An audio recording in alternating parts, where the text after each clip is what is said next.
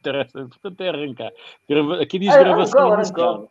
Arrancou. Olá a todos, bem-vindos ao Quarto Sendo Assim. Hoje o convidado é o Luís Rasquilha, que tem uma história enorme no marketing, porque já foi diretor da Marketeer, já foi account em agências e também já teve as suas empresas onde foi CEO e atualmente também é.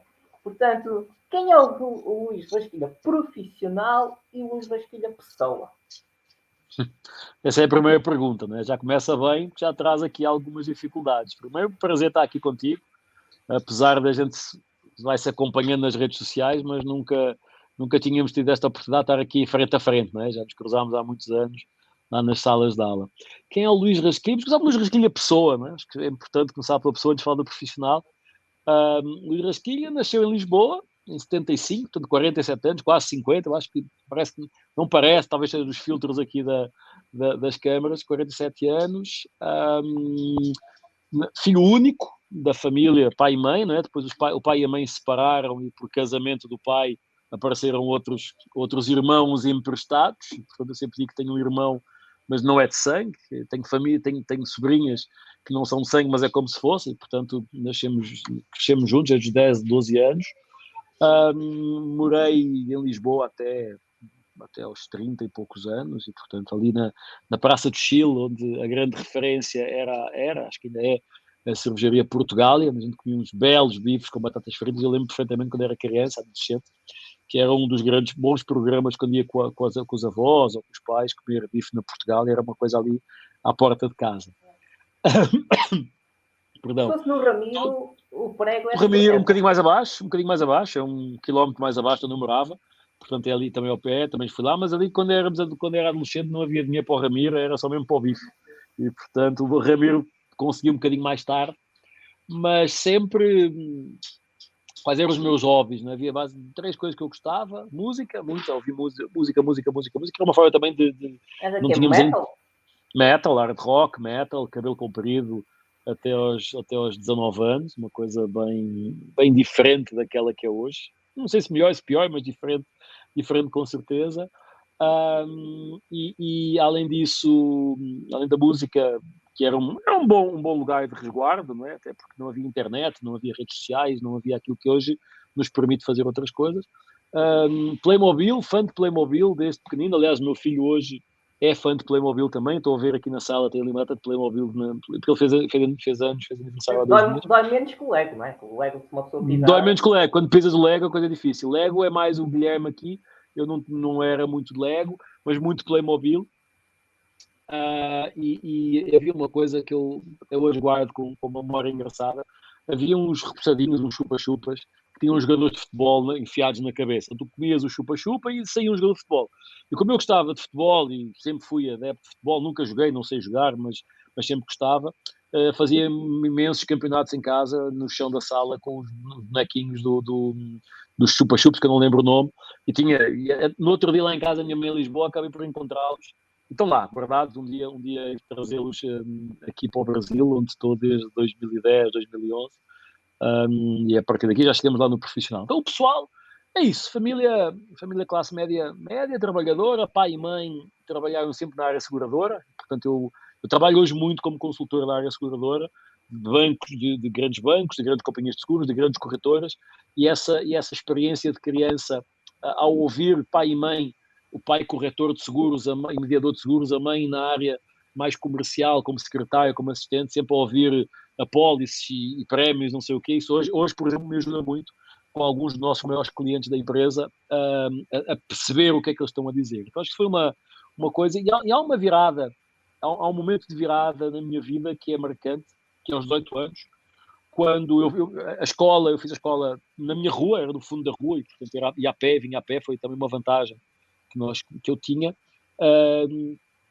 Quando nós vamos fazer a prova da frição à faculdade, estou a falar em 91, uma coisa assim, eu faço a prova de matemática, que tive explicação no décimo, segundo, não era bom de matemática, de facto não era bom em história, era bom em português, mas não era bom em matemática, e os últimos 3 anos da escola, do secundário, foi na área de economia, tanto economia, contabilidade, análise financeira. Eu sofri, passei Passei sempre, mas ali no resvés, aquela coisa mínima, sempre a pensar que nunca conseguia ser ninguém na vida, porque eu não conseguia perceber aquelas coisas, a machadada final foi dada na prova de matemática da aferição à faculdade, chama a prova de aferição, hoje acho que não é assim que se chama, mas enfim, onde eu tive uma nota de 16, o que para mim, assim, bom, eu que não entendia muito aquilo, tinha estudado, explicação de matemática, um amigo meu, que até hoje somos amigos colegas, me ajudou-me e tal, 16, epá,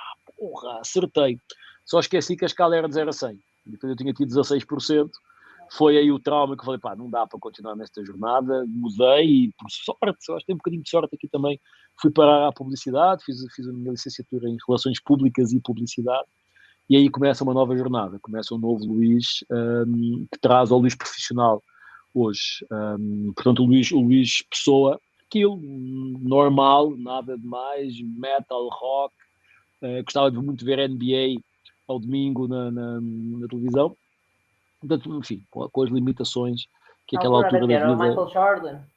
Michael Jordan, Larry Bird, era aquela Magic Johnson, era aquela malta que continua até hoje na memória, pelo menos, era o Ayrton Senna, o Nigel Mansell, o Nelson Piquet na Fórmula 1, portanto também havia ali um território bem interessante, que hoje, enfim, tem lá os bons, mas eu acho que não são, Não talvez vias esteja a ficar wrestling na velho. altura?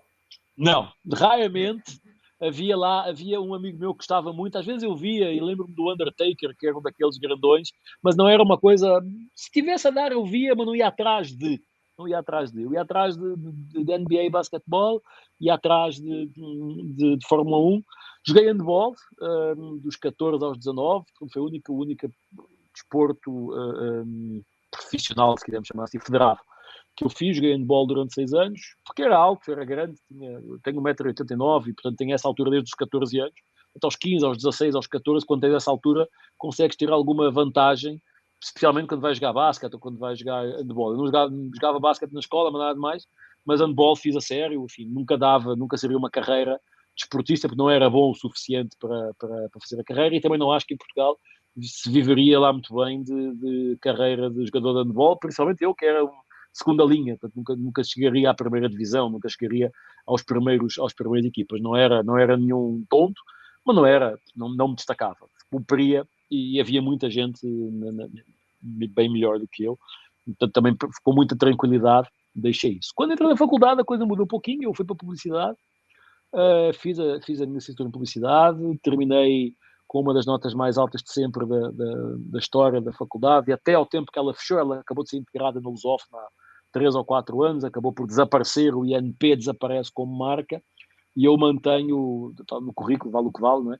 Uma das notas mais altas da história em publicidade, dos 60, 70 anos que a faculdade mudou, viveu, e no final do curso, no fim do curso, uma professora e um professor de estudos de mercado me convidam para ser professor assistente, e em paralelo, um outro professor, que até hoje estamos ligados, somos amigos, etc., me leva para a Publicis. Eu estava num banco, trabalhava no telemarketing num banco, porque, enfim, já começaram no último ano da faculdade, comecei a trabalhar. Eu trabalhava no verão sempre, para ganhar um bocadinho de dinheiro para as férias, não é? Seja para comprar revistas de rock, seja para comprar CDs, o que fosse.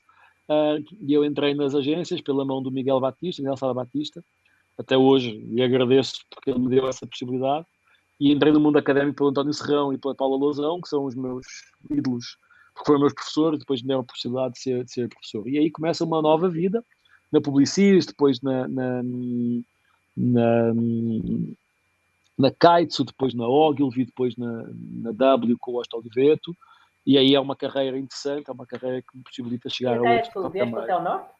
Ou havia Kaitsu na Lisboa? Morei no Porto, não, o Kites no Porto, estive na fundação da Kites no Porto, vivi na Foz durante 6 meses, não foi um período muito longo, talvez hoje com outra maturidade, com outra experiência, vejo que ter saído da Publicis, que era uma cultura francesa, para ir para a Kaitsu, que era uma cultura japonesa, no norte de Portugal, que ainda era uma cultura um bocadinho mais conservadora, ligada a Salvador Caetano, que era uma empresa totalmente familiar, eu confesso que vivia ali um conflito cultural, nada contra a Salvador Caetano, nada contra a Caetano, nada disso, antes pelo contrário, agradeço a oportunidade, mas de facto não me encaixei ali, a coisa não funcionou e acabei por sair com a possibilidade de ir para a Ogilvy, onde fiquei durante 2 anos. Depois fui contratado para liderar o projeto do Hostel Evento em Portugal e acabei por me reformar, aspas, das agências ali com os 28 anos, 29, já como diretor executivo.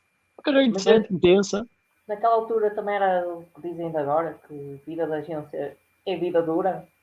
Agora, por exemplo, podem-nos chatear com WhatsApps, o cliente às 23 horas, por exemplo. Naquela altura não havia. Como é que era a publicidade naquela altura e lidar com o cliente naquela altura? A publicidade naquela altura era por telemóvel, já havia os SMS e os telemóveis, não é? E era non-stop, 24 horas por dia. Era a mesma coisa, então. A mesma coisa. Não havia fins de semana, não havia, se tu querias fazer uma carreira. Eu acho que a escolha que eu tive, não sou, a minha família não é uma família, é uma família de classe média, uma família de trabalho, de salário, portanto não havia património, não havia dinheiro no banco a abundar. Eu lembro que para ir para a faculdade a minha mãe pediu empréstimo para pagar a inscrição na faculdade. Sempre morámos em casas alugadas. Quando os meus pais se separaram, a minha mãe ficou sem carro. Eu só tive carro aos 24 anos e, portanto, dos 5 aos 6 até aos 23, não, até aos 18, ela deu-me um carro quando eu fui para a faculdade. Estava a ser injusto. Até aos 18 não tive carro e, portanto, íamos de férias de Mundial Turismo autocarro, íamos para a casa da avó, tal, de táxi, portanto, não havia ali uma abundância de recursos.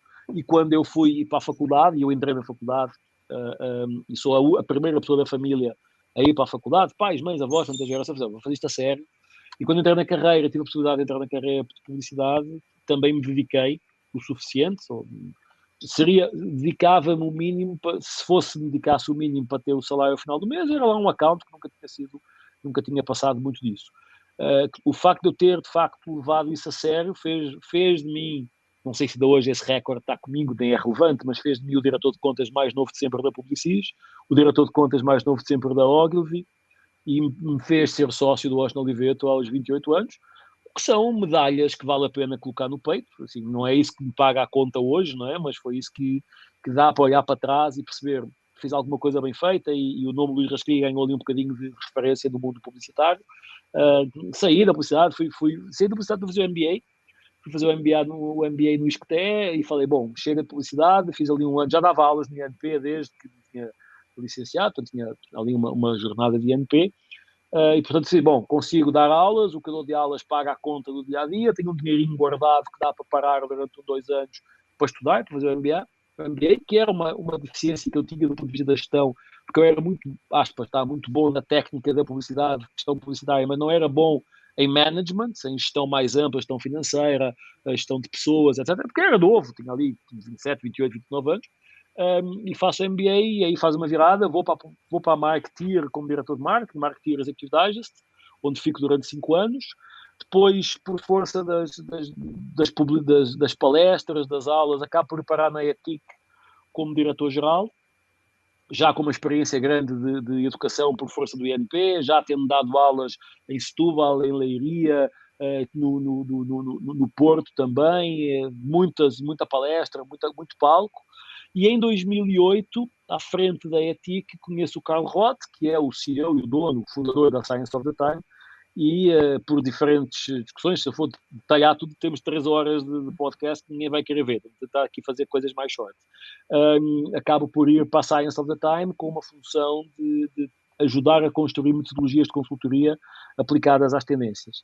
Isso deu origem à AER, foi uma empresa que era em Portugal com sócios locais e com a Science of the Time.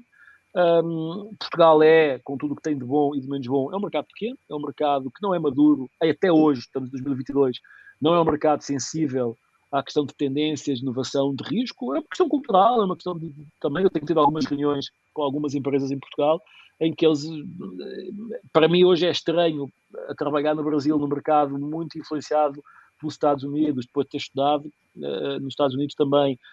Para mim é muito natural que cenários, tendências têm que fazer parte do roadmap da gestão e deparo muitas vezes com reuniões em Portugal onde a coisa é difícil, não é bem assim, não faz sentido. Portanto, há muito mais reativo do que...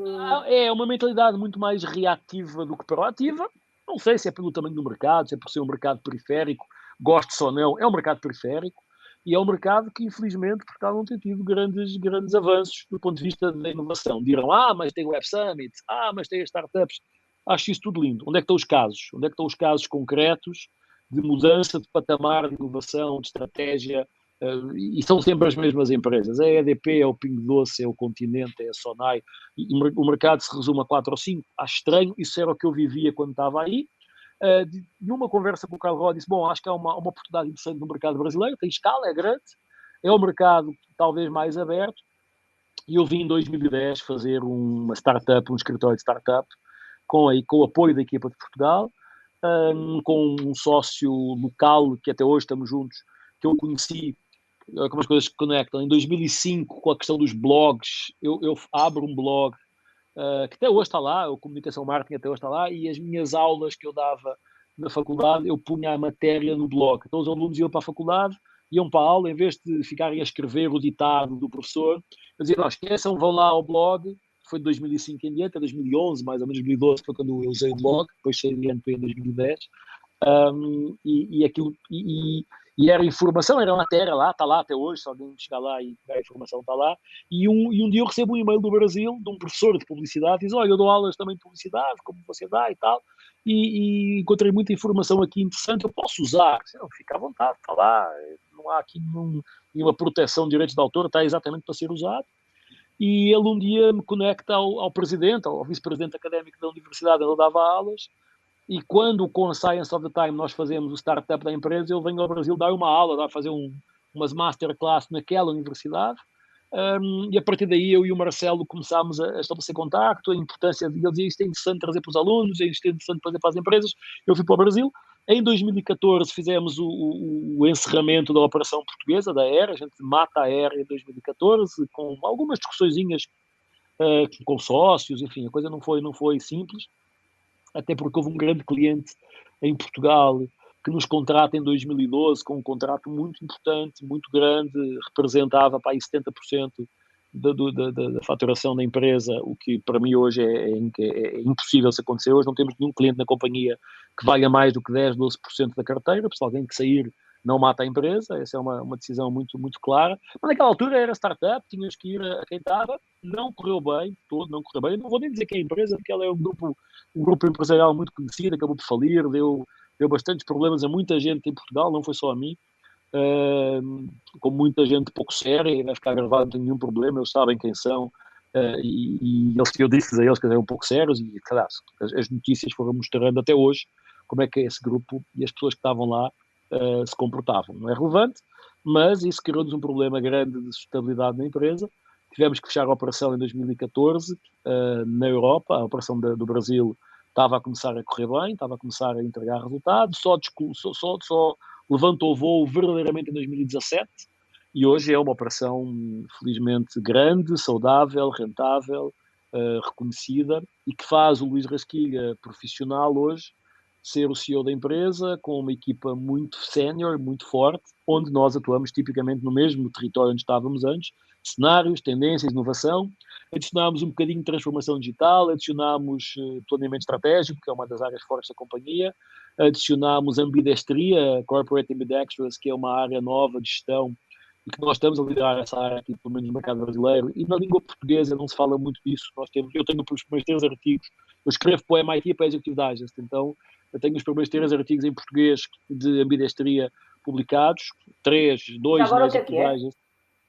A ambidestria é uma capacidade de gestão de equilibrar o hoje, o presente, e preparar o futuro. E, portanto, é algo que não é novo. Em 2004, quando o primeiro paper do Julian Birkinshaw da London Business School é publicado, mas hoje é que, por força do Covid, da pandemia, de toda esta discussão de transformação, as empresas começaram a perceber que têm que cuidar do negócio atual, têm que cuidar do presente, mas também têm que antecipar o futuro. E esta discussão de cuidar do presente está muito forte, mas antecipar o futuro não está tão forte assim. Não é só uma questão de Portugal. O mundo é um tema novo, é um tema muito recente. Portanto, é uma área que a gente está a crescer, temos muito bons clientes, muitos parceiros, a equipa muito sénior. E, portanto, hoje o Luís Rasquilha Pessoa é um português no Brasil, casado com a Viviane, pai do Luís Guilherme, que fez 6 anos. Sim, tu também queres, né? Meio que pai deste aqui que está o tempo inteiro no meu colo, também, a minha bolinha de pelo de 1 quilo e meio, que eu digo que ponho a carregar no telemóvel juntamente, carrega com o telemóvel, porque ela é tão pequenino. E divido-me entre a Inova, que é o ecossistema de gestão que nós temos de Trends Innovation, e algumas aulas, que eu sempre continuei a dar aula, felizmente sempre fui convidado para dar aulas, hoje menos em Portugal, muito menos em Portugal, aliás, no ISVOG, onde nós nos conhecemos, foi uma das últimas intervenções em Portugal, o IPAM em 2018, 2019 pediu-me também, mas ainda há, interessante, porque ainda há uma cultura, mais uma vez voltamos à questão cultural, não é? Enquanto no Brasil, que é um país maior que a Europa, territorialmente falando, não é? É fácil eu dar uma aula daqui para Porto Alegre, que são 3 horas de voo, e eu não vou lá dar a aula. Em Portugal ainda há aquela questão de não, tem que vir para cá dar aula, não faz sentido, porque o custo do voo é mais caro do que você me vai pagar para dar a aula. É uma conta que não fecha e ainda há alguma resistência. O Covid, a pandemia, reduziu um bocadinho essa resistência, mas naturalmente ela ainda existe. Então ainda há alguma dificuldade em fazer. Enfim, é o que é, de vez em quando uma palestra, de vez em quando acontece, mas hoje o meu foco é claramente o Brasil. Temos aqui e ali uma intervenção dos Estados Unidos, não é muito relevante, mas tem sido interessante esta jornada. E sou aqui no Brasil fã de praia, sou fã de Florianópolis, a ilha de Floripa, onde temos um apartamento pequenininho que nos permite de vez em quando dar umas fugidas aqui da confusão de São Paulo, né? Uma cidade de 14 milhões de pessoas que não dorme, é como as grandes cidades mundiais, e portanto com tudo o que isso tem de bom e de menos bom, mas que me dá um grande prazer estar aqui. Sou muito fã do Brasil, sou agradecido a Portugal, não há nenhuma dúvida, sou crítico de Portugal em muitas coisas, aliás, quem me segue nas redes sociais sabe bem as porradas que eu dou de vez em quando, e são porradas porque como me sinto português e tenho um agradecimento ao que Portugal me permitiu ter. Portugal não fez nada por mim, porque eu sempre trabalhei, sempre estudei, sempre devolvi, acho que devolvi bem, mas eu sou um crítico de algumas coisas de Portugal por força do potencial que tem, que não está a ser utilizado. Sou um fã do Brasil, porque me acolheu muito bem, é um mercado de escala muito grande, tenho muitos e bons amigos aqui, clientes, parceiros, é uma coisa mais, é uma vida mais leve, no sentido, eu acho que eu trabalho muito mais, mas é uma vida mais leve em termos dos compromissos, em termos da responsabilidade, em termos da divisão de responsabilidade que todos temos. Talvez também de quase 50 anos, estamos mais maduros, estamos mais velhos, e isso também naturalmente pesa. E o Luís Rasquinha é alguém que todos os dias tenta trazer a mãe para cá, mas a mãe não está na vibe. Continua a morar em Lisboa, está longe, queria trazê-la para mais perto, para estar perto do neto e tal, mas enfim, essa é uma batalha que eu não sei se vou conseguir vencer, que é deslocar a mãe para o Brasil. Ela já veio aqui, mas isto é muito grande para ela. É muita confusão, é muita gente, é muita buzina, é muito helicóptero, é muita fila. Vamos ver se eu consigo trazê-la para Já cá. tens de mudar de zona. Mas o do negócio acontece em São Paulo, né? São Paulo é a capital financeira, a capital onde tudo está. Vamos ver, voltar a Portugal não está no roadmap, não está no mapa de maneira nenhuma. É de férias, visitar a família com certeza, obviamente. Tenho muitas saudades dos pastéis de Belém originais, do bacalhau à séria, que aqui não é bem isso que acontece, mas não está no mapa de todo voltar à origem. Eu acho que boa parte dos expatriados, quando saem, não estou a dizer que são todos, mas boa parte não volta. E hoje, enfim, vendo a Europa, né, com toda esta discussão de pirâmides etárias invertidas, discussões até culturais entre os diferentes países, enfim, a proximidade da tensão Rússia e esse bloco ali do mundo, que nunca foi um bloco calmo, né, sempre foi um bloco tenso, não vejo nenhuma, principalmente no negócio que eu faço, né, não vejo muita relevância. Inclusive o Carlos Rod diz que a Europa não é todo o mercado mais interessante para o nosso negócio. Ele, como é professor numa faculdade, está há muitos anos na faculdade, tem ali a sua estabilidade garantida e a sua empresa vende para a China, vende para os Estados Unidos, etc. Para ele está bem, mas voltar a Portugal neste negócio não faz nenhum sentido. Pode ser que, não sei, o dia da manhã, o que é que pode acontecer, quer aqui, quer aí, nunca se diz nunca, mas não está na agenda. Acho que Portugal está bem sem mim, e eu estou bem sem Portugal, e está tudo bem, e a vida segue. E como é que se prevê o futuro, sendo o futuro tão volátil e está sempre a mudar? Essa é a pergunta sempre que nos fazem, não é? Mas se acertam no totó. Quando eu falo que trabalho com o futuro, a minha avó, eu tenho uma avó ainda com 98 anos, a mãe do meu pai, muito velhinha, muito debilitada, ela nunca percebeu muito bem o que é que eu faço. Ela acha que eu acerto no totoloto, no totobola, se prevê o futuro, não é nada disso. Quando falamos em prever o futuro, falamos basicamente de perspectiva e foresight, duas metodologias de previsão, de gestão por cenários, e que passam por tentar mapear ou levantar grandes volumes de informação em diferentes fontes, académicas, empresariais, jornalísticas, individuais, portanto, coleta de informação permanente. Quando temos muitos volumes de informação, e agora com o 5G, agora com a computação quântica, isso ganha um bocadinho mais de escala, não é? Conseguimos, com a inteligência artificial, conseguimos trazer mais escala para a conversa. Isso vai nos ajudar a ter grandes volumes de informação, que a Science of the Time também produz e nos ajuda, etc. Nós conseguimos encontrar padrões. E quando falamos em futuro, falamos em futuros, em cenários, em perspectivas, em possibilidades, que depois são classificadas entre escalas de probabilidade, escalas de impacto, escalas de tempo, para dizer isto pode acontecer ou não. Então, vai haver teletransporte. Nenhuma informação ao dia de hoje nos permite ainda dizer que o teletransporte vai ser viável. Talvez daqui a 10 anos, com o 5G, com a computação quântica, talvez possamos começar a dizer, perante a informação do presente, podemos prever o futuro. A previsão de futuro do nosso negócio, que é a gestão, previsão de futuro na gestão, se faz através de ferramentas de perspectiva e foresight, se faz a partir de grandes volumes de informação e se faz a partir de mapas de cenários que são possibilidades, do A, do B ou do C. Isto não é novo, não foi inventado pela Inova, não fui eu que inventei, é algo que veio dos anos 70 do século passado pela Fate Popcorn, que é a primeira pessoa a falar do tema. É do Carl Roth, uma metodologia de observação de fenómenos de mercado, económicos, políticos, sociais, tecnológicos, ambientais, religiosos, tudo isso é observado e registado, e esse registro é depois transportado para bases de conhecimento. Olha, tem um acontecimento ali e outro aqui que são semelhantes, que pode dar uma tendência. Pode dar a tendência de que isto pode acontecer, e vamos acompanhando ao longo do tempo. O facto é que nos últimos 10 anos, não vou mais longe, nos últimos 10 anos, o nível de acerto em futuro, ou seja, em cenários e a tendência, está acima de 98%. Significa isto que aquilo que nós estamos a dizer que vai acontecer, vai acontecer. A grande discussão é quando, e em que intensidade e de que forma, mas vai acontecer. Temos um caso concreto, não sei o quanto vão acompanhando aqui algumas polémicas, acabou de ser uma polémica no Brasil com a McDonald's e com a Burger King. A McDonald's lançou um combo chamado McPicanha, que se percebeu que não é picanha, é outra coisa, e teve que tirar do mercado. E a Burger King lançou o Whopper Costela, que também se percebeu que não é costela, é outra coisa. E aí vem a polémica toda, a polémica da legislação, da publicidade enganosa, um monte de coisas, mas que está claro já no mapa de tendências que nós fizemos para um grande cliente nosso na área da alimentação, que a alimentação do futuro vai ser aromatizada, ou seja, vai ter sabor de, sem ser.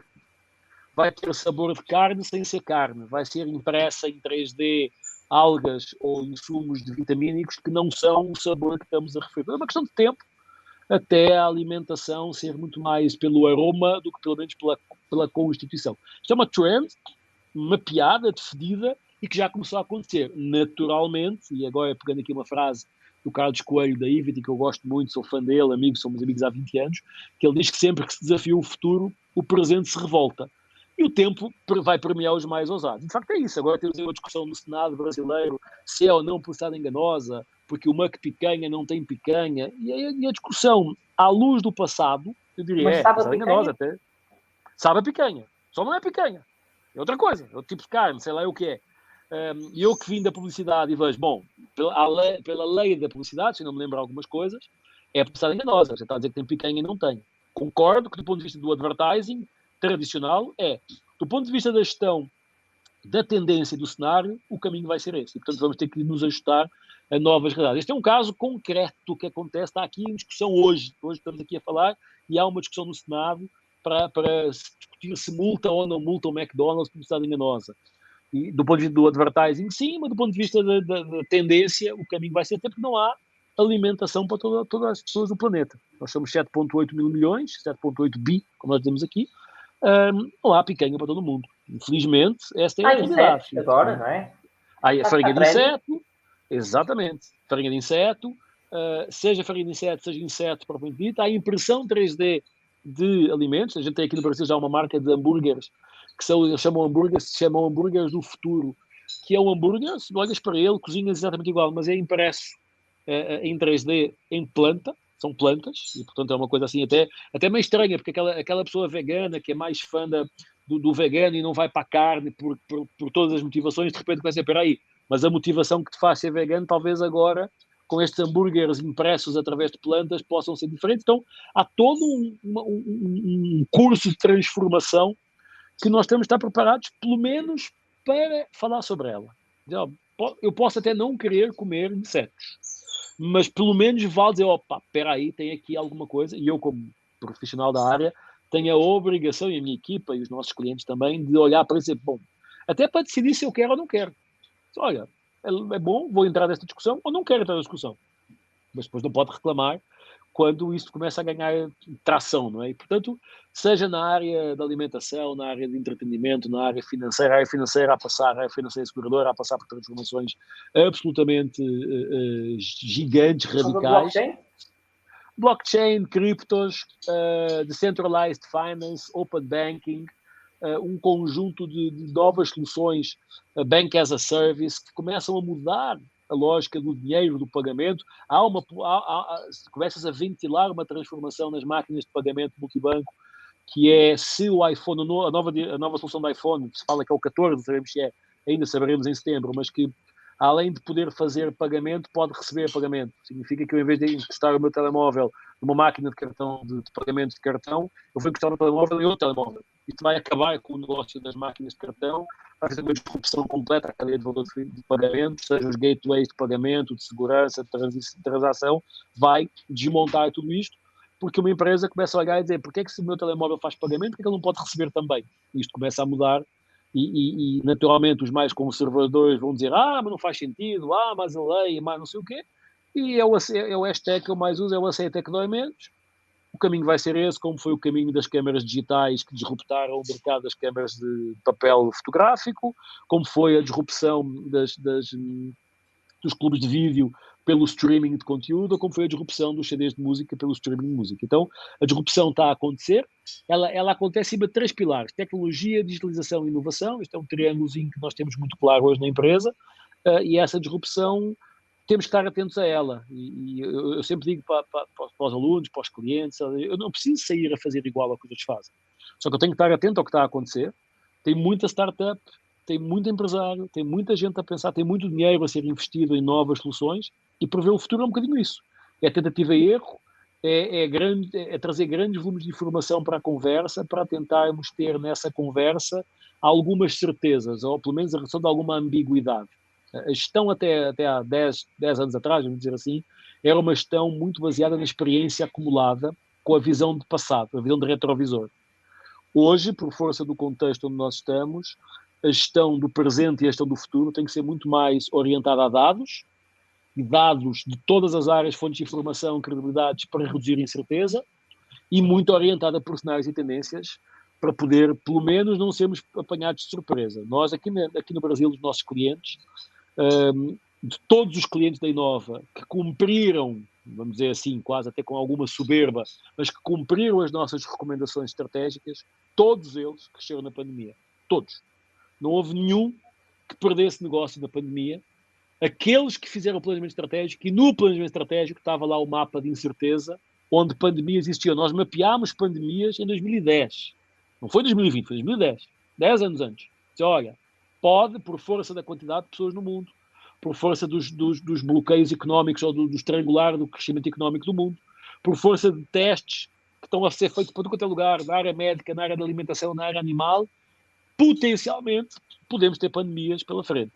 Quem levou isto mais ou menos a sério e foi para o digital e foi para a gestão mais descentralizada, que foi para novos modelos de negócio, etc., cresceu na pandemia. Companhias de seguros, só as companhias aéreas, coitadas, foi o único, e nós temos um cliente na área, foi o único que cresceu, mas na educação, no banco, seguros, auto, mobilidade, delivery, indústria, todos eles cresceram. Todos eles cresceram. E eu não estou a dizer que a pandemia é positiva, não é isso.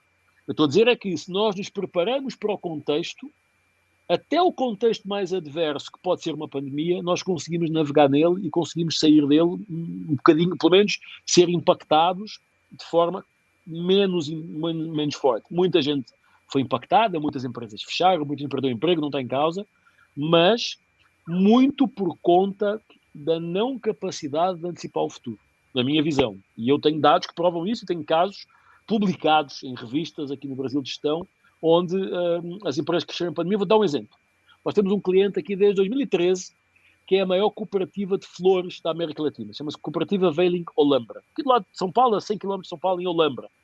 E eles, de 2013 a 2016, com a gente, com a Inova, muita educação executiva, training, preparar a equipa para pensar diferente. Em 2016, a discussão de vamos para o digital, vamos ver outros produtos, vamos tentar encontrar outra coisa. Em 2020, com a pandemia, em que fecha tudo, a venda digital explode, a venda de flores para eventos, casamento, batizado, convenção de vendas zero, não tem nada, porque não acontece. E o pessoal a trabalhar em casa, em home office, começa a decorar as suas casas, os seus escritórios de casa com flores. O que eles tinham?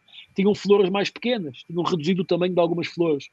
A venda de flores digitalmente para home office mais que suplantou a perda de venda de grandes volumes de flores para grandes eventos. E foi Agora, isto não natural ou eles puxaram por isso, fizeram anúncios com esse contexto? É um fenómeno de cenários e é uma estratégia de gestão para lançar uma linha de produto, para comunicar uma linha de produto e para fazer essa linha de produto uma linha naquele contexto interessante. Isto não acontece na pandemia, isto tem que acontecer antes. Tem que acontecer 1 ano, 2 anos, 3 anos antes. Olha, a gente vai começar a olhar para este negócio e falar, mas foi sorte. Não foi sorte.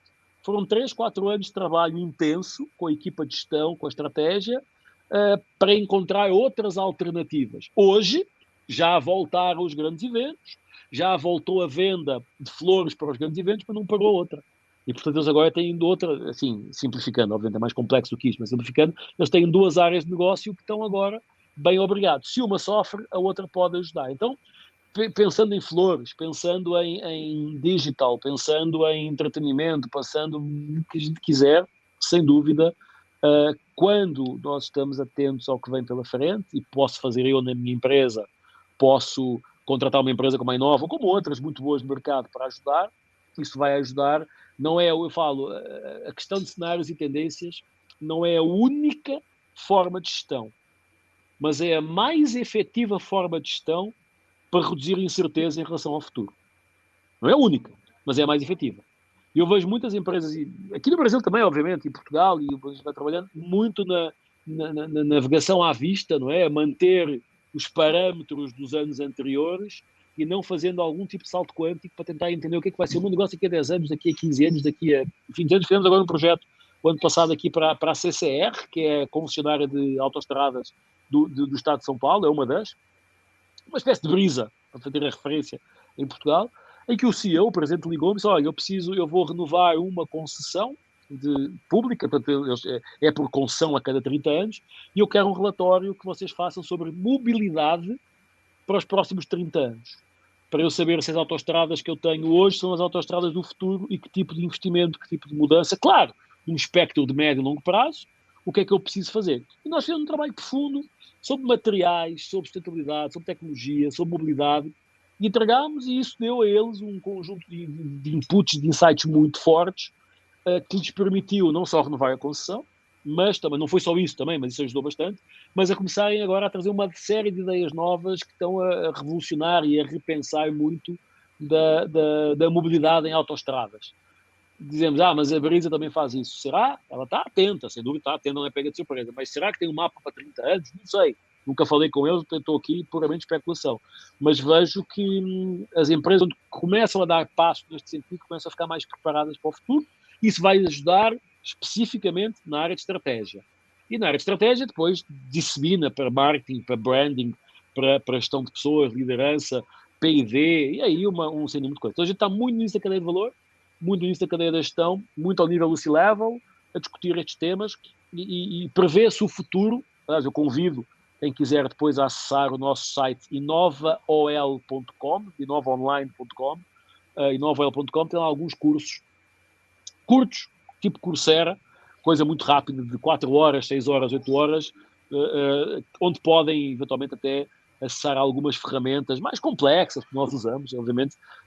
Nós não fazemos um bicho de 7 cabeças do tema, até porque a gente gosta de simplificar, mas obviamente tem que ter ferramenta, metodologia, processo para que as coisas saiam bem feitas. Não é achómetro. Eu acho que não sei o quê, não é esse o objetivo. A ideia é poder também, obviamente, sustentar. E hoje, com o mundo digital, com a revolução industrial, com a conectividade, tem mais informação disponível. Tem muito mais coisa publicada e, portanto, nós conseguimos melhor, ou pelo menos ser mais assertivos na discussão de que nós chamamos de scenario planning e trend tracking, que são os dois conceitos mais ingleses ou americanos da conversa, que são, e é onde a coisa acontece. Então podemos ser mais... Desculpa interromper, reparei nesse avanço do Brasil, quando eu estava a procurar uma solução de seguro. Eu pensei assim, eu não uso muito carro, home office e tudo mais, não uso muito carro. Então, será que há um seguro por quilómetros que conduz? O que é que me aparece? Sites brasileiros. Portugal, nada. Os brasileiros estão muito à frente, que hoje em dia faz tudo sentido. Se as pessoas usam menos o carro, então faz tudo sentido antecipar essa tendência, não é? Sim. Nós temos isso sendo discutido com 2 companhias de seguros aqui no Brasil, o chamado pay-per-use. Agora já estamos a discutir pay-per-behavior, não o uso, não o quilómetro, mas o comportamento no volante.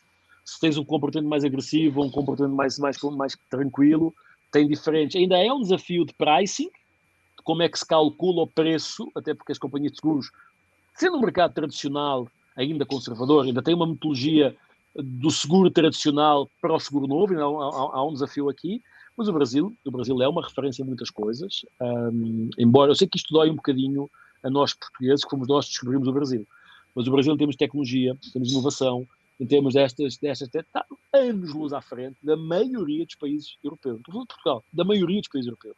Então, quando tu pegas um pay-per-use que está a ser testado aqui, mais uma vez, é um mercado com escala, é um mercado que permite testar, e podes testar numa fatia muito pequenina, mas até atinge 3 milhões de pessoas, e é uma fatia pequenina, e portanto permite testar. O Brasil também tem uma coisa que é boa parte do top management brasileiro, quando eu falo das principais empresas globais, estudaram nos Estados Unidos, em Harvard, no MIT, em Stanford, na Columbia, e é uma coisa que acontece, não sei se em Portugal como é que está hoje, mas por exemplo aqui, o pessoal estuda muito, há um chamado lifelong learning. Claro, o Brasil tem muitas desigualdades ainda, infelizmente, ainda há uma camada na base hierárquica da pirâmide social que não tem acesso a esgoto, que não tem acesso a tratamento de água, que não tem acesso eventualmente a seguro de saúde, ainda há, e não é pequena, mas não é só do Brasil. Portugal também tem desigualdade, uma escala menor, mas também tem desigualdade, também tem fome, também tem um conjunto de problemas.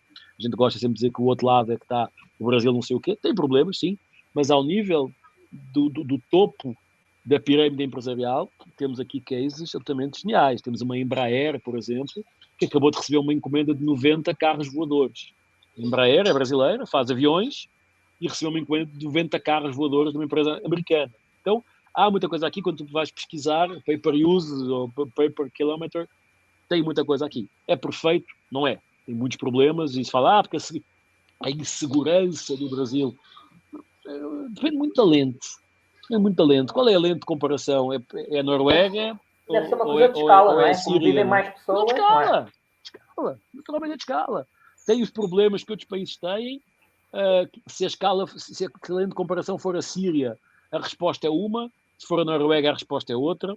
Se for os Estados Unidos, a resposta é outra. Portanto, eu tenho muita cautela quando se generaliza. O Brasil é violento. Portugal é seguro. Não, o Brasil tem partes violentas e partes seguras, como Portugal também partes violentas e partes seguras. E agora, nos festejos do Porto, do campeonato do Porto, houve um coitado num adepto que foi esfaqueado até à morte. Então, é tão violento quanto aqui, em escalas diferentes, obviamente. 9 milhões de pessoas é de um jeito, 220 milhões de pessoas é de outro, e obviamente não é. Então, é algo que...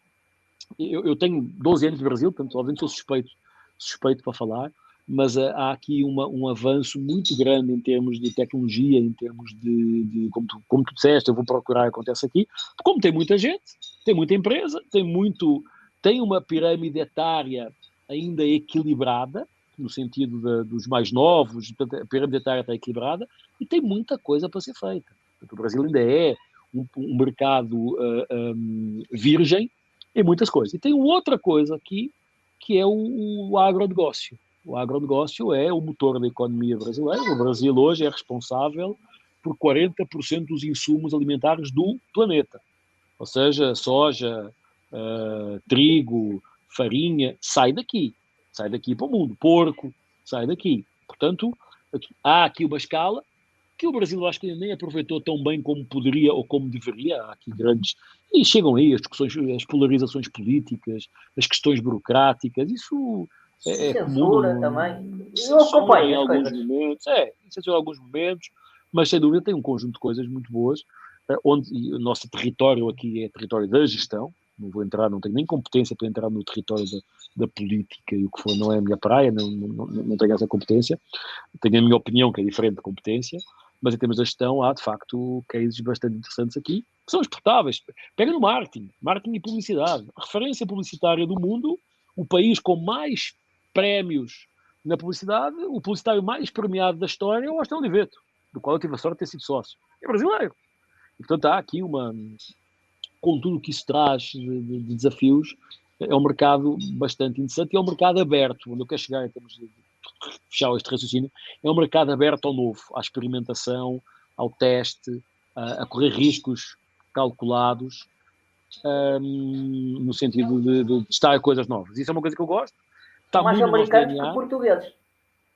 Sim, é mais americano que português, porque como te digo, muitos executivos estudam fora, tem muitas faculdades aqui, e eu dou aulas em duas delas pelo menos, que estão muito inspiradas no modelo americano de pensar. E há eu brinco, é por osmose, não é? Por osmose a coisa vem. Eu fiz um curso no MIT, fiz um curso em Harvard, vou fazer hoje este ano mais um em Harvard, fiz um em Stanford, e a gente vai trazendo isso, e o que eu chamo ring a bell, não é? De repente tu falas com alguém que também fez, a Singularity está no Brasil, a Singularity, que é uma das referências hoje americanas, está no Brasil e faz muita coisa no Brasil dentro de um grupo de educação brasileiro. Então há muita coisa para fazer, há muita coisa para arrumar ainda, se vai arrumar a casa, mas tem muita coisa que eu acho que pode ser benchmark. Eu acho que, se pensarmos nas empresas portuguesas, eu tenho tido algumas intervenções, eu acho que temos que perder um bocadinho aquele sentimento da soberba de que somos nós que descobrimos o mundo. Nós descobrimos o Brasil. Não foi foi 1500, já foi. E não nos atualizamos, continuamos à espera do Dom Sebastião para nos salvar, e os velhos do Restelo, para quem lembra dos Lusíadas, os velhos do Restelo continuam a dizer que não é bem assim, que aqui não sei o quê. Eu tenho impactos desses todos os dias. Todos os dias falo com pessoas, há essa visão, não, mais conservador, como tu falaste há bocadinho, mais reativo. Não é uma crítica, é um fato, goste-se ou não, é um fato. E esses fatos, no contexto hoje do mercado mais volátil, mais instável, têm impactos diferentes. Portanto, se a pessoa aqui na empresa, seja aqui, seja aí onde for, está mais preparada, está mais disponível para pensar futuro, para discutir tendências, para testar, naturalmente ela vai estar mais preparada para flexibilizar a gestão e para tomar decisões em função de contextos.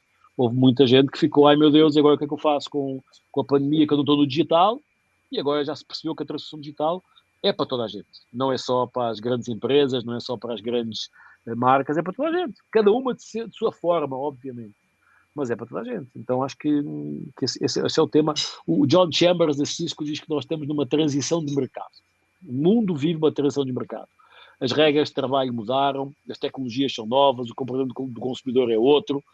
E eu acho que é muito verdade isso. Para mim é o melhor conceito de gestão que eu vi. O Rancharan é professor da Inova. Ele dá aulas com a gente aqui no nosso curso de ambidestria. Eu tenho a sorte de dar aula com o Rancharan, a referência. Eu brinco, eu dou aula com o Rancharan. Eu passo os slides do Rancharan. Mas eu dou aula com o Rancharan. A gente faz uma dupla em aula. E o Rancharan diz: todos os contextos e os conceitos da gestão hoje vigentes foram criados no século passado. Foram criados num outro contexto.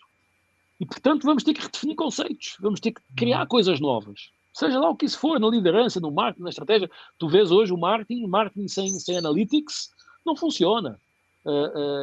Branding sem digital não faz nem sentido. E eu sou do tempo, já posso dizer isto com a provecta quase idade que eu tenho, eu sou do tempo em que marketing era no achismo, era na experiência, era na intuição. Tinha dados, mas não tinha dados como temos hoje.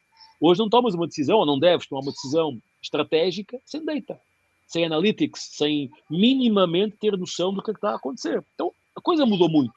E o próprio Rancharan, com os seus 82 anos, é o primeiro a dizer aquilo que eu dizia há 20 anos, hoje não se aplica mais. E ainda vejo muitas empresas a continuar a querer replicar hoje o que funcionava há 10 ou há 20 anos. É uma transição de mercado, é outro contexto. Eu acho que há uma geração hoje mais... Está a mudar, obviamente, está a mudar. Há uma geração mais nova a chegar à gestão a mudar isso, e também as dinâmicas de mercado vão influenciando essa mudança, vão obrigando as empresas a se ajustar, a mudar. Isso, eu acho que isso é bom. Nós estamos num momento da humanidade, todos nós, eu, tu, enfim, quem está eventualmente aqui a ver e a ouvir, que nós estamos a viver as mudanças na pele. Acontecem com a gente todo dia. As mudanças do mundo nós vimos pelos livros. A Revolução Industrial, as guerras mundiais, a gente leu pelo livro, a gente estudou na escola. Esta mudança nós estamos a vivê-la todo dia. Uma nova forma de gestão, uma nova forma de comunicação, uma nova forma de educação, estamos a vivê-la. Talvez daqui a 10 ou 20 anos vão olhar para trás e vão ver que esta década passada e esta década presente representam grandes mudanças e nós estamos no meio do olho do furacão, às vezes sem consciência de que estamos a mudar, estamos numa mudança profunda de mercado, de expectativa, de contexto, de tecnologia, de valores, de tudo, de gerações. É a primeira vez na história que temos 4 ou 5 gerações diferentes numa empresa. Temos o Baby Boomer, temos o X, temos o Y, temos o Z, e estão todos lá, cada um com a sua experiência, com a sua formação, com a sua crença, com a sua vitória, com a sua derrota, com o seu trauma, e temos de saber acomodar isto. O líder do passado liderava toda a gente da mesma forma. O líder do presente e do futuro tem que saber que o Baby Boomer é de um jeito e que o X ou o Alpha é de outro.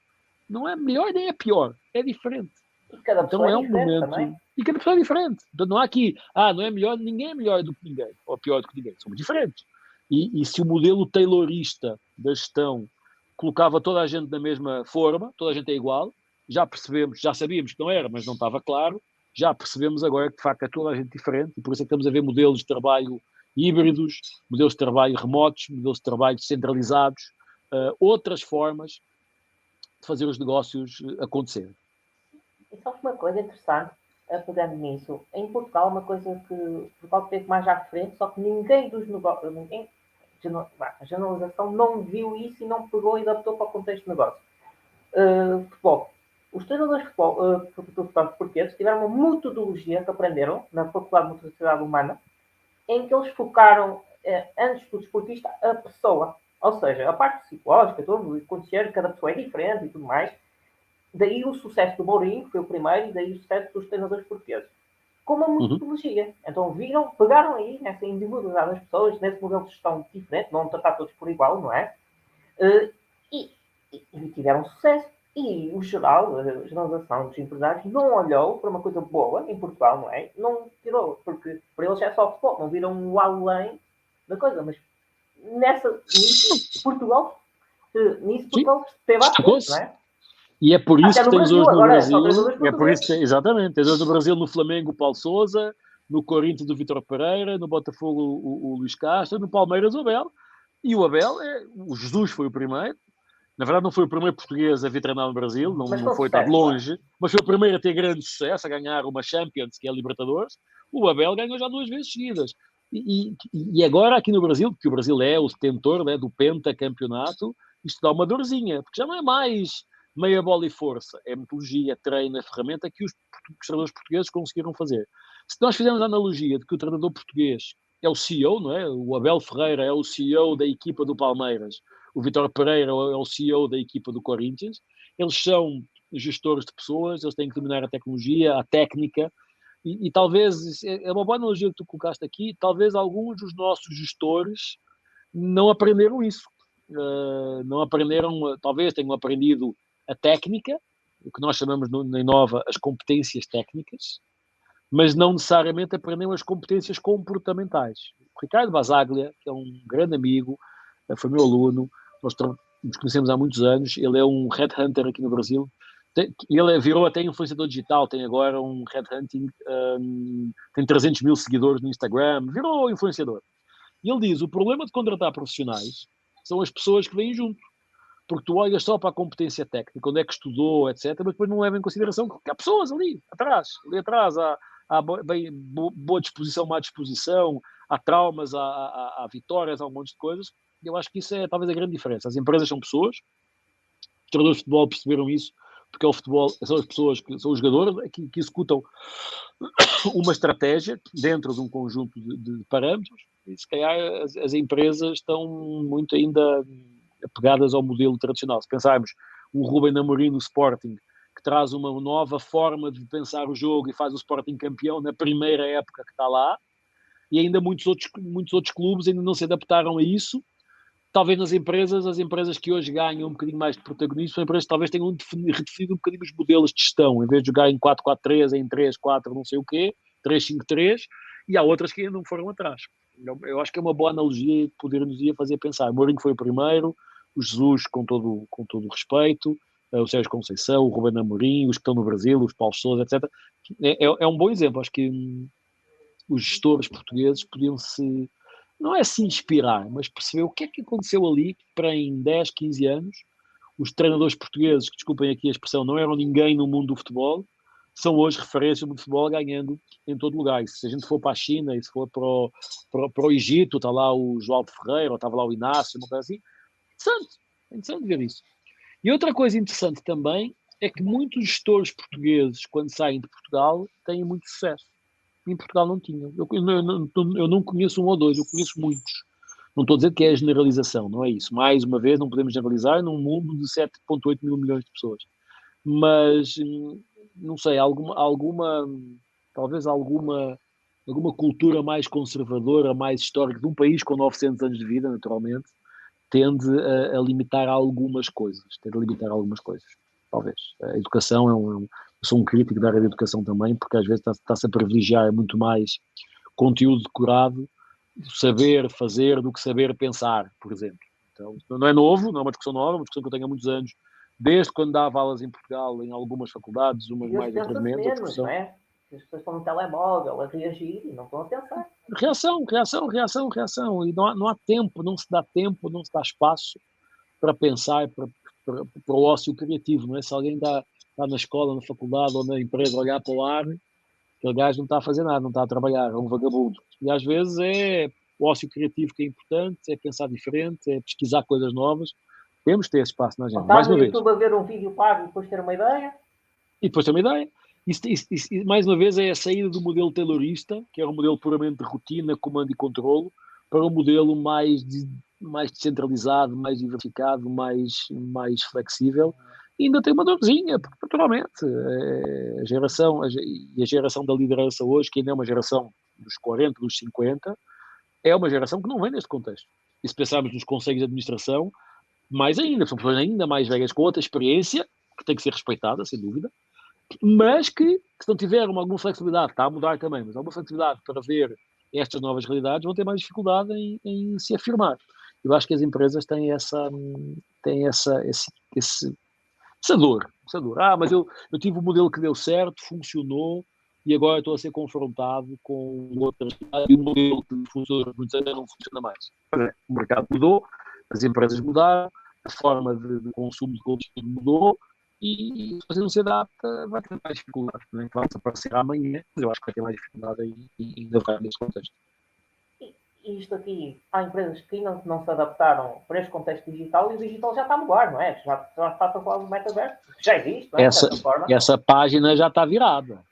Essa página já está virada. Só que há muita gente que nem sequer abre o livro para perceber o que é que isso significa. É muito isso. O meta agora ganhou força com o Facebook, o metaverso. Não é novo.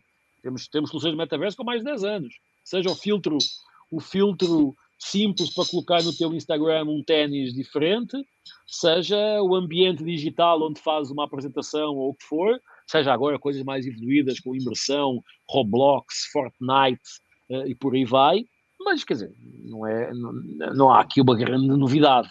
Não há aqui uma grande novidade. Um virtual sneaker, como fã de sneakers, comprarias um virtual sneaker?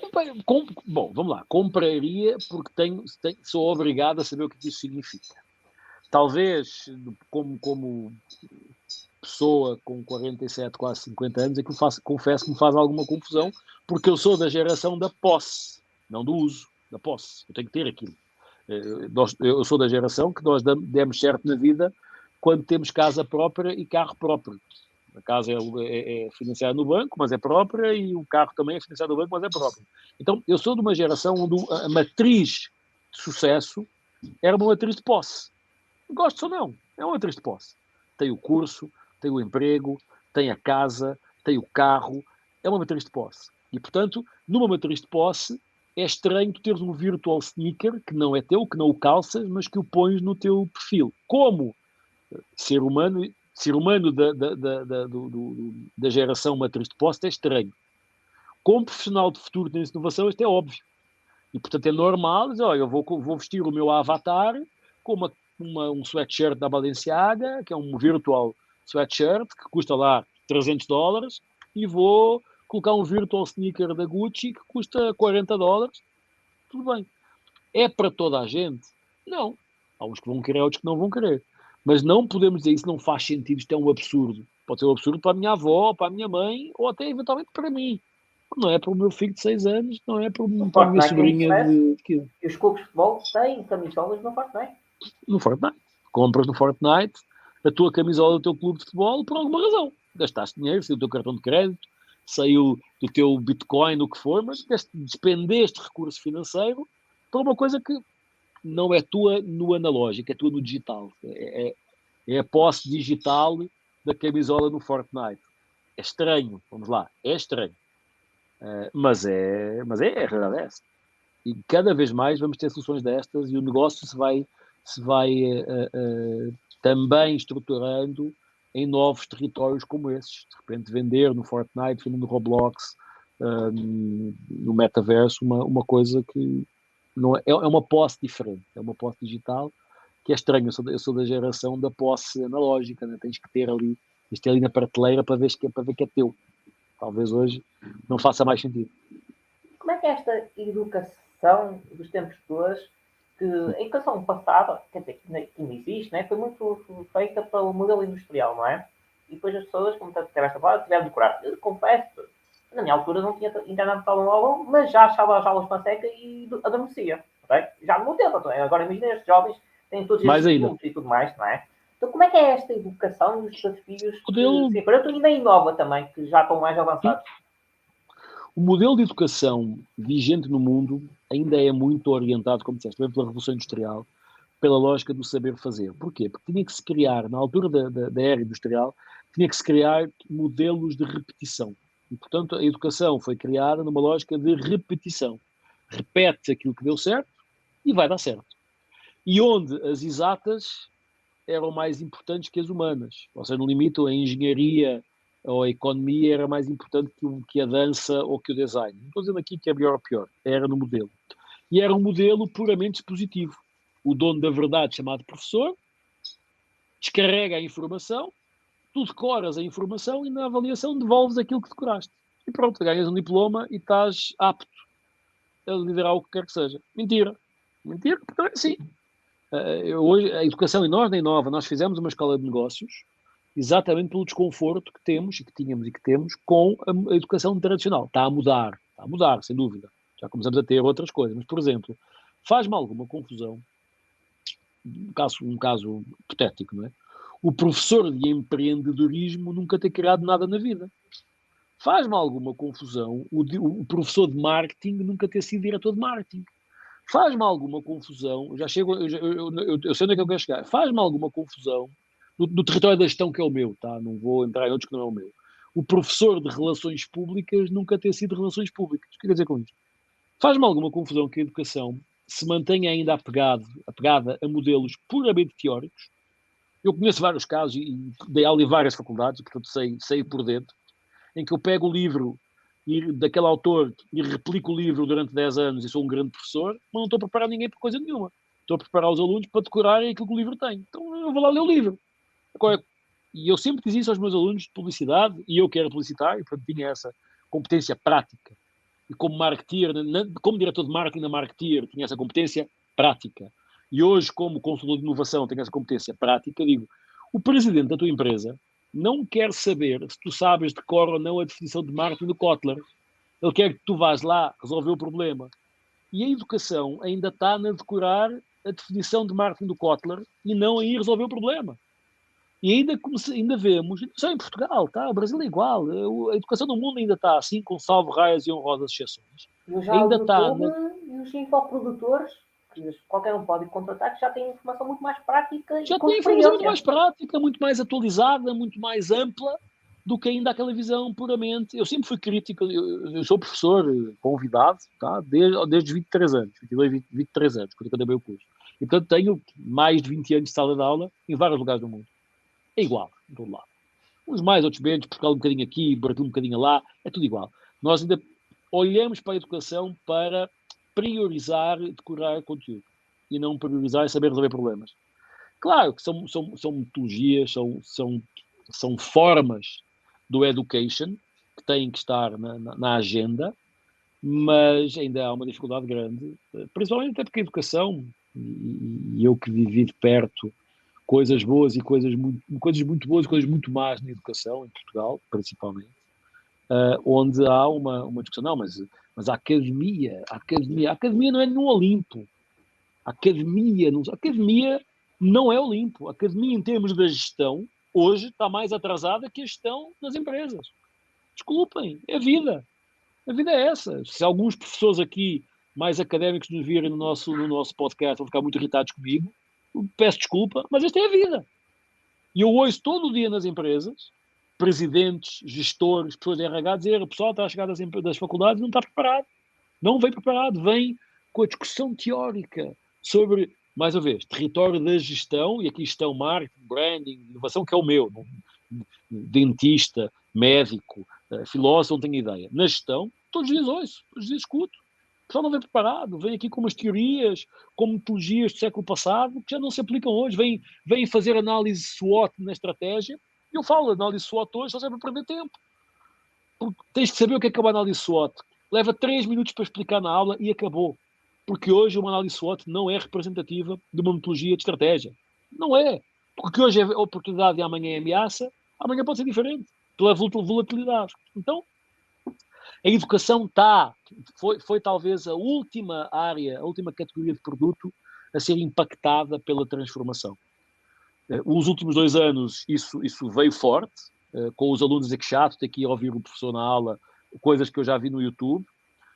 Professores com dificuldade em dar aula online, como vão fazer aqui, eu conheço vários, que estavam acostumados e não tenho que estar na sala de aula com o aluno olhar para mim, e eu falo, será que o aluno olhar para ti está atento ao que estás a dizer, ou está a pensar no fim de semana, no jogo da equipa ou da saída com os amigos? Portanto, a educação foi a única coisa que não mudou durante 200 anos. A única. Começou a mudar agora. E começou a mudar agora por força do mercado empresarial a pressionar isso para dentro do mundo académico.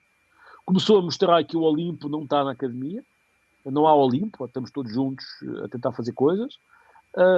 E que talvez tenhamos que repensar grandemente conteúdos, estruturas, metodologias. Nós lançámos e publicámos na Inova uma coisa chamada Método 3.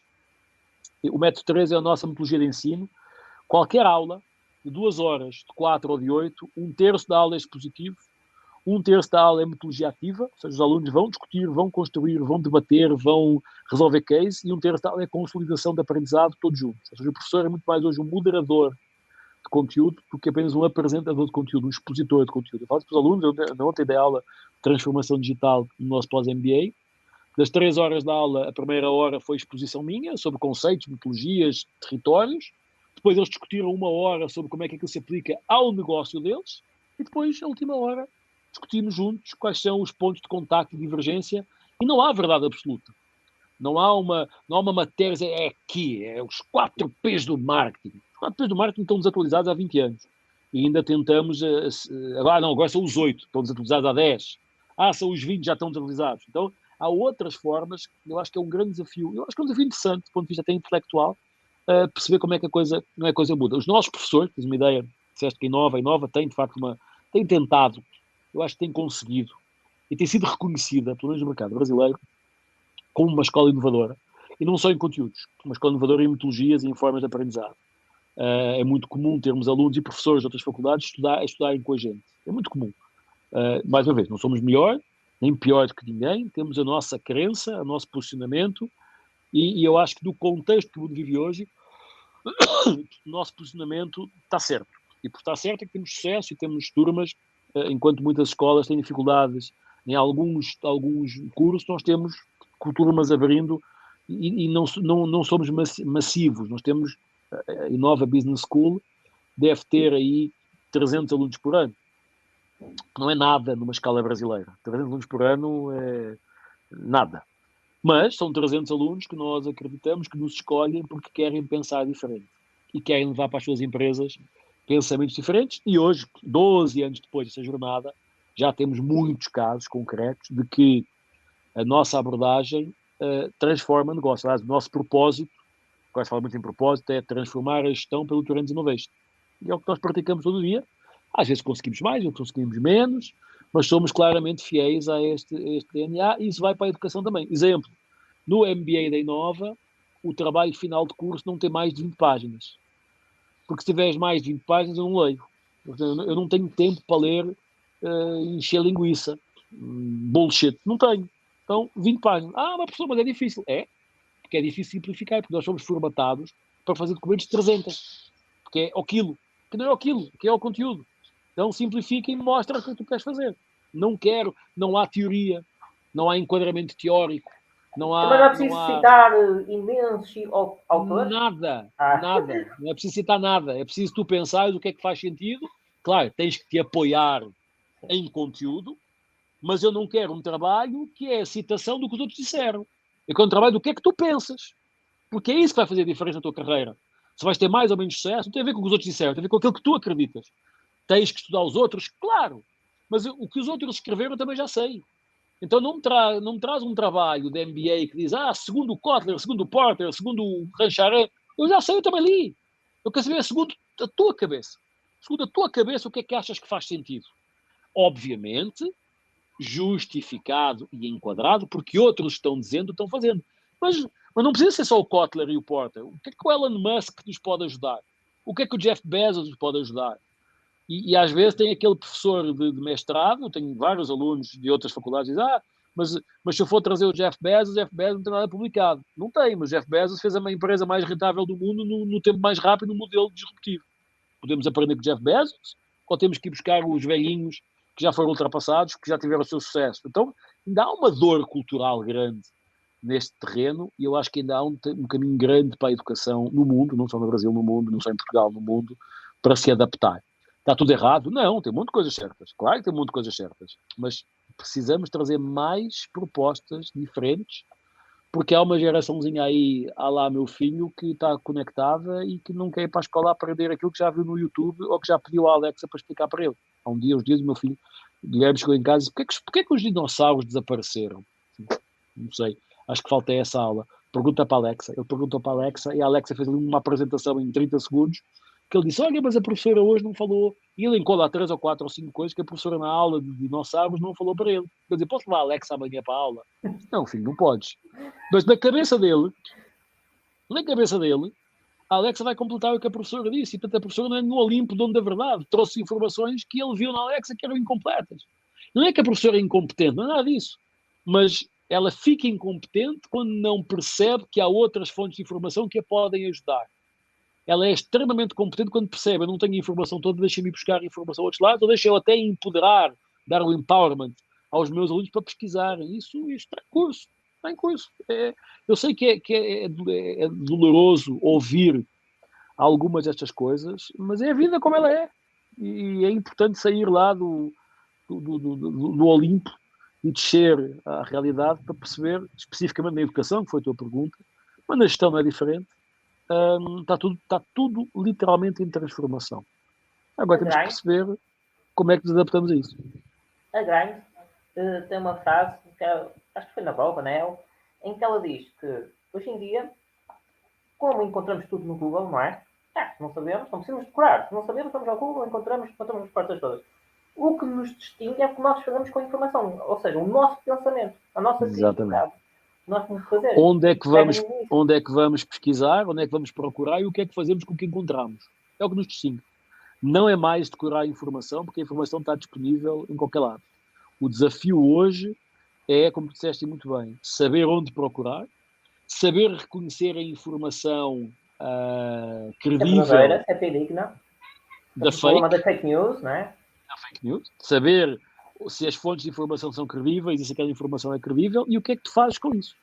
E é o que eu digo aos alunos, o que diferencia vocês aqui não é a informação que eu estou a dar, é o que é que vocês fazem com ela. Aí é que está a diferença.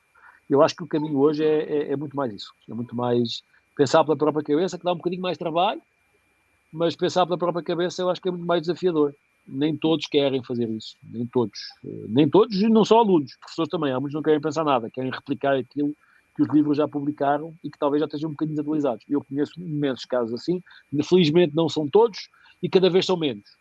Mas ainda há enraizado um ranço que é do século passado, de que a coisa é inquestionável e sabe-se tudo, e não é assim. Tu, como arriscas muito, suponho que também já tiveste outros negócios, sem ser aquele que já tiveste a referir, não é? Tiveste algum que falhou, e se falhou, o que é que aprendeste com isso e que aprendizagens tiveste? Vários. Eu acho que só que tens sucesso, o sucesso é ir de falhanço em falhanço e perder o entusiasmo. Não é? Eu acho que esse é um ponto. O maior falhanço que nós tivemos, que eu tive pessoalmente, foi a Air, quando a Air vira Inova, quando a Air deixa de ser Air e passa a ser Inova. O que é que isso me trouxe? Não vou entrar aqui em detalhes, até porque seria indelicado com algumas das pessoas que foram envolvidas no processo. Infelizmente, uma delas faleceu já. Mas há um aprendizado muito grande, que é, primeiro, não depender de um único cliente. Esse é o principal. E foi isso que nos matou e que particularmente a mim me deixou com bastantes problemas para resolver do ponto de vista até de dívidas fiscais, dívidas a banco. Portanto, isso foi uma coisa bem complicada. Felizmente já resolvida, mas ainda com resquícios, não é? Com traumas que me deixam muito, muito, muito às vezes até inseguro em algumas decisões. Portanto, o erro, tu aprendes com o erro. A minha avó dizia, no primeiro erro qualquer cai, no segundo cai quem quer, no terceiro cai quem é estúpido. Eu não caio no segundo erro, outra vez, e portanto o primeiro erro foi depender de um grande cliente, ou deixar que a empresa ficasse dependente de um grande cliente. E um outro aprendizado forte que eu tive foi tens que ser fiel àquilo que tu acreditas. Quando tu deixas que terceiros mudem um bocadinho da tua crença ou da tua convicção, naturalmente vais-te perder. A Inova, que hoje, felizmente, não sei o futuro, mas hoje é uma empresa de grande sucesso, porque, e não é uma coisa exclusivamente minha, tá? Os louros não são meus, também são meus, mas não são meus, porque em algum momento eu fui fiel e bati o pé ao conceito. Também não sou burro para dizer, chegar ao fim de 3, 5, 6 anos a coisa não dá certo, porque tu dá isso no erro. Corrigimos um monte de coisa, mas sou fiel ao conceito. A Inova hoje é uma referência, porque eu sou fiel ao conceito que em 2008 foi criado. Ali pelo meio perdemos um bocadinho, ao propósito. Ali pelo meio perdemos um bocadinho, e perdermos um bocadinho fez com que a Air sofresse grandemente do ponto de vista financeiro. Alguns dos sócios tivessem que ter saído, ou tivessem que ter sido colocados para fora, porque não estavam a conseguir performar e entregar aquilo que era necessário, e a empresa passou por um vale da morte grande, conseguiu felizmente se recuperar e hoje somos uma empresa altamente saudável, altamente reconhecida.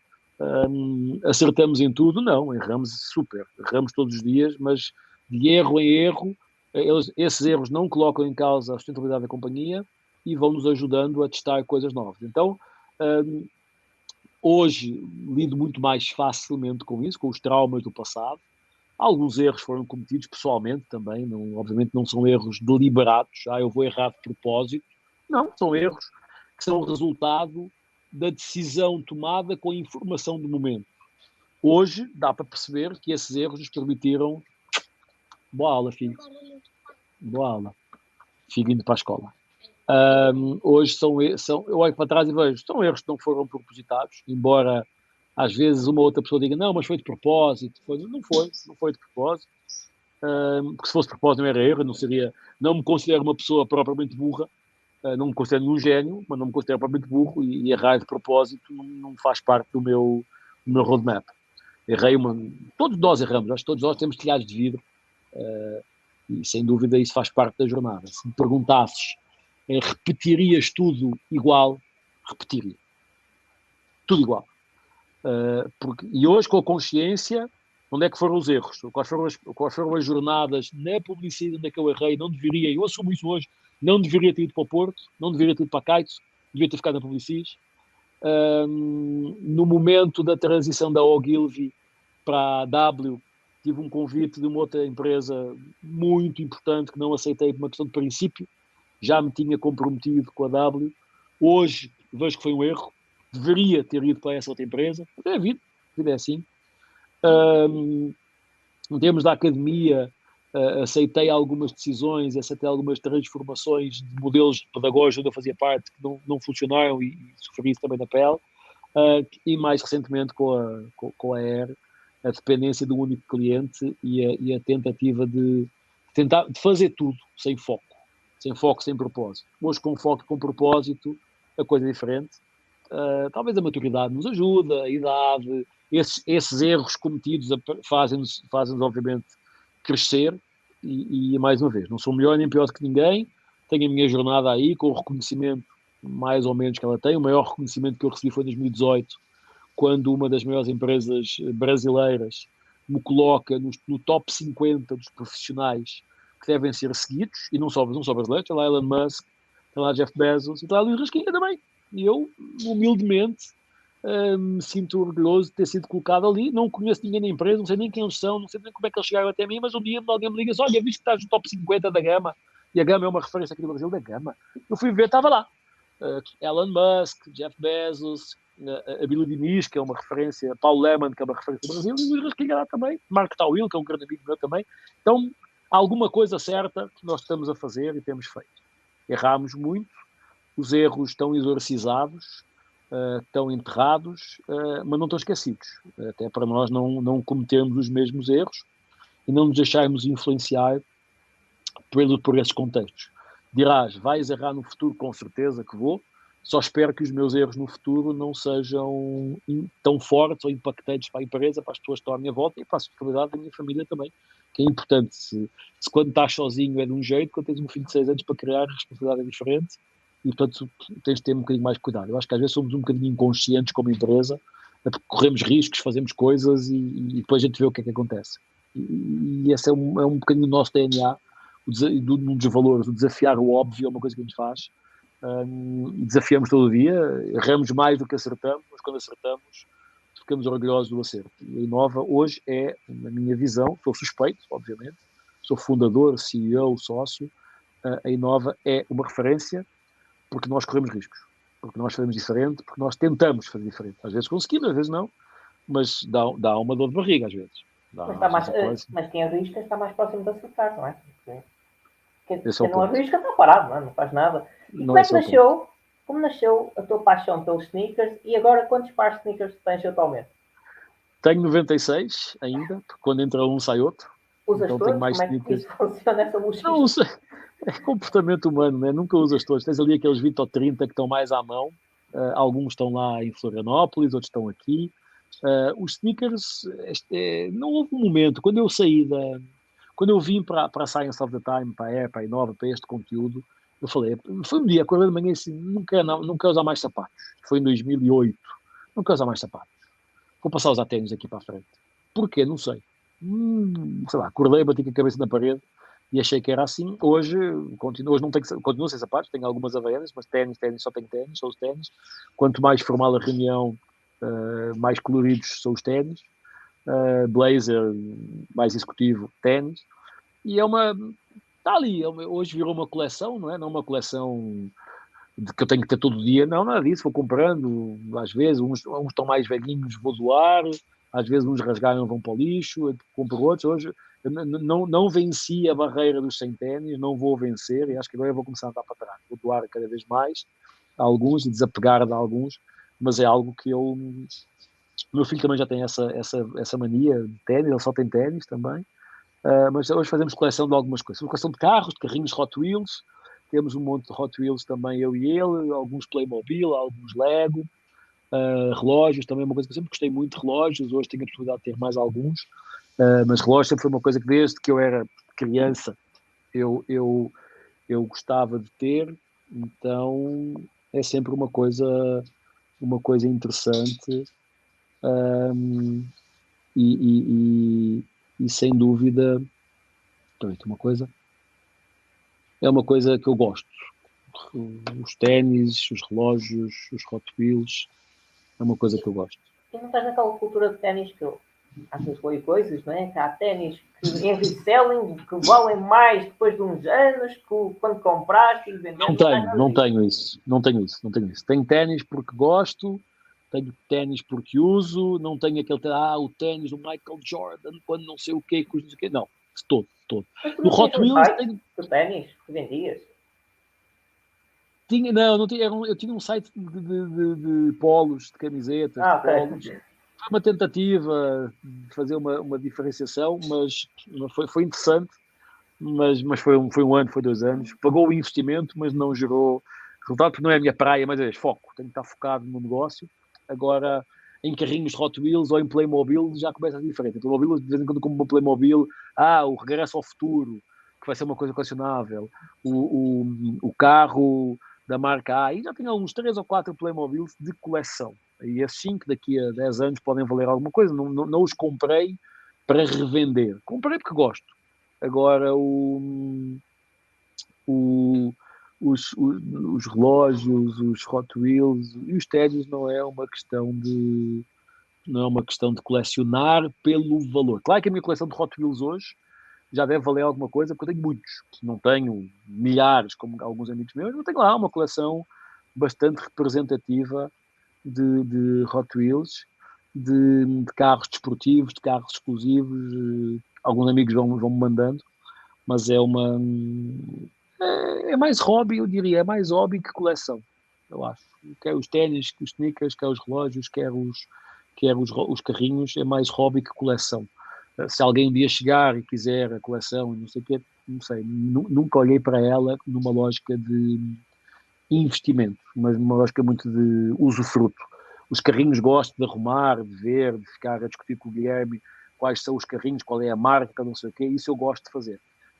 Mas não é com aquelas, vou comprar agora este por 50, $100, porque eu daqui a 3 anos vou vender por 300. Não sei nem quais são os carrinhos que eu lá tenho em casa, não sei os sneakers de todo, é isso, não tenho sneakers assinados, não tenho sneakers exclusivos, não tenho sneakers numerados, não estão aqui.